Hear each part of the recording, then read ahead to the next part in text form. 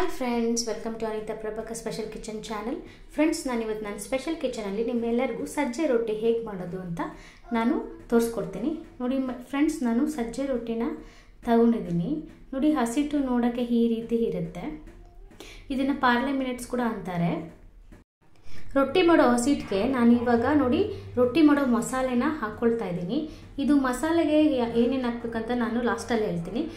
ನೋಡಿ ಫ್ರೆಂಡ್ಸ್, ನಾನು ತುರುವಿಟ್ಕೊಂಡಿರೋಂತಹ ಮೂಲಂಗಿನ ಹಾಕ್ಕೊಳ್ತಾ ಇದ್ದೀನಿ. ನೀವು ನಿಮ್ಗೆ ಇಷ್ಟವಾದ ತರಕಾರಿ ತುರುವಿ ಹಾಕ್ಕೋಬೋದು. ನೋಡಿ, ನಾನು ಸೌತೆಕಾಯಿನ ತುರುಕೊಂಡು ಹಾಕ್ಕೊಳ್ತಾ ಇದ್ದೀನಿ. ನಾನು ಎಲ್ಲನೂ ಒಂದೊಂದು ಇಡೀ ಹಾಕ್ಕೊಳ್ತಾ ಇದ್ದೀನಿ. ಕ್ಯಾರೆಟು ತುರುವಿ ಹಾಕ್ಕೊಳ್ತಾ ಇದ್ದೀನಿ. ನೋಡಿ, ಇದು ತೆಂಗಿನಕಾಯಿನ ತುರ್ಕೊಂಡು ಹಾಕ್ಕೊಳ್ತಾ ಇದ್ದೀನಿ. ತೆಂಗಿನಕಾಯಿ ಹಾಕ್ಕೊಂಡು ತುಂಬ ರುಚಿ ಬರುತ್ತೆ ರೊಟ್ಟಿ.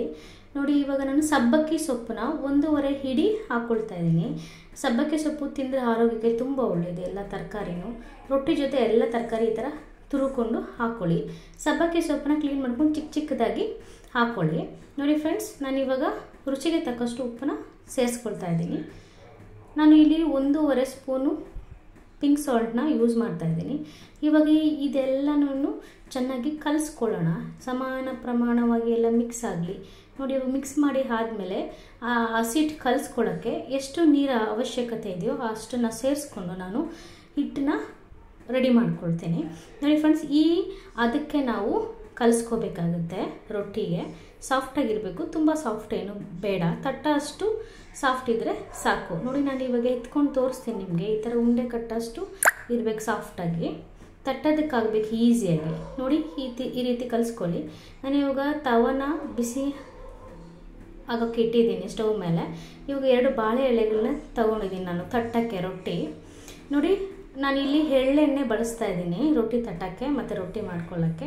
ನೋಡಿ ಫ್ರೆಂಡ್ಸ್, ಚಪಾತಿ ತಟ್ಟೋ ಇದ್ರ ಮೇಲೆ ಇಟ್ಕೊಂಡು ನಾನು ಇವಾಗ ಬಾಳೆ ಎಲೆ ಹಾಕ್ಕೊಂಡು ಅದಕ್ಕೆ ಎಣ್ಣೆನ ಅಪ್ಲೈ ಮಾಡ್ತಾಯಿದ್ದೀನಿ. ಇವಾಗ ಕಲಸಿಟ್ಕೊಂಡಿರೋಂತಹ ಹಿಟ್ಟನ್ನು ಎತ್ಕೊಂಡು ಈ ಥರ ರೌಂಡ್ ಮಾಡಿಕೊಂಡು ಇವಾಗ ಬಾಳೆ ಎಲೆ ಮೇಲೆ ಇಟ್ಕೊಂಡು ಕೈಗೆ ಎಣ್ಣೆ ತಟ್ಕೊಂಡು ಅಪ್ಲೈ ಮಾಡಿಕೊಂಡು ನಾನು ರೊಟ್ಟಿನ ಸಾಫ್ಟಾಗಿ ರೋಲ್ ಮಾಡ್ಕೊಳ್ತಾ ಇದ್ದೀನಿ. ನೋಡಿ, ರೌಂಡ್ ಶೇಪಲ್ಲಿ ತಟ್ಕೊಳ್ತಾ ಇದ್ದೀನಿ. ನೀವು ಎಷ್ಟು ತೆಳ್ಳಗೆ ಬೇಕಾದರೂ ತಟ್ಕೊಬೋದು ಫ್ರೆಂಡ್ಸ್, ಈಸಿಯಾಗಿ. ಈ ರೀತಿ ನಿಮಗೆ ಎಷ್ಟು ನಿಮಗೆ ತೆಳ್ಳಗೆ ಬೇಕೋ ಮಂದಕ್ಕೆ ಬೇಕೋ, ನಿಮ್ಗೆ ಯಾವ ರೀತಿ ತಿನ್ನೋಕ್ಕೆ ಇಷ್ಟನೋ ಆ ಥರ ತಟ್ಕೊಳ್ಳಿ. ನಾನಿಲ್ಲಿ ತೆಳ್ಳಗೆ ತಟ್ಕೊತಾ ಇದ್ದೀನಿ ರೊಟ್ಟಿ, ಯಾಕಂದರೆ ಅದು ಸಾಫ್ಟಾಗಿ ತಿನ್ನೋಕ್ಕೆ ಚೆನ್ನಾಗಿರುತ್ತೆ. ನೋಡಿ, ಎಷ್ಟು ಚೆನ್ನಾಗಿ ಈಸಿಯಾಗಿ ತಟ್ಕೊಳ್ತಾ ಇದ್ದೀನಿ. ಸೊ ಈ ರೀತಿ ಬಾಳೆ ಎಲೆನ ಬಳಸ್ಕೊಳ್ಳಿ. ನೋಡಿ, ರೆಡಿಯಾಗಿದೆ ತಟ್ಟಿ. ಇವಾಗ ನಾವು ಇದನ್ನ ಎತ್ಕೊಂಡು ಹೆಂಚು ಮೇಲೆ ಹಾಕ್ಕೊಳ್ಳೋಣ. ಹೆಂಚಿಗೆ ನಾನು ಎಣ್ಣೆ ಹಾಕ್ತಾಯಿದ್ದೀನಿ. ಈ ಥರ ಎಣ್ಣೆ ಅಪ್ಲೈ ಮಾಡ್ಕೊಂಡು ಆದಮೇಲೆ ನಾನಿವಾಗ ತಟ್ಟಿಟ್ಕೊಂಡಿರೋಂತಹ ಸಜ್ಜೆ ರೊಟ್ಟಿನ ಹಾಕ್ಕೊಳ್ತಾ ಇದ್ದೀನಿ. ನೋಡಿ, ಇದು ಬೀಳೋದಿಲ್ಲ, ಏನೂ ಆಗೋದಿಲ್ಲ. ಎಷ್ಟು ಸಾಫ್ಟಾಗಿ ಎಷ್ಟು ತೆಳ್ಳಗಿದೆ. ಈ ರೀತಿ ಹಾಕ್ಕೋಬೇಕು. ನೋಡ್ಕೊಳ್ಳಿ ಯಾವ ರೀತಿ ಹಾಕಬೇಕಂತ. ನೋಡಿ, ಈ ರೀತಿ ಹಾಕಿಬಿಟ್ಟು ಹೆಂಚು ಮೇಲೆ ಈ ಥರ ತಟ್ಟಬೇಕಾಗತ್ತೆ. ಸ್ವಲ್ಪ ಪ್ರೆಷರ್ ಕೊಟ್ಟು ತಟ್ಕೊಳ್ಳಿ, ಯಾಕಂದರೆ ಅದು ಎಲ್ಲ ಮೆತ್ಕೋಬೇಕು ಹೆಂಚಿಗೆ. ಇವಾಗ ಸ್ವಲ್ಪ ಹೊತ್ತು ಬಿಟ್ಟು ಆದಮೇಲೆ ಒಂದು 2 ಸೆಕೆಂಡ್ ಬಿಡಿ. ನೋಡಿ, ಇವಾಗ ನಾನು ಓಪನ್ ಮಾಡಿ ತೋರಿಸ್ತೀನಿ.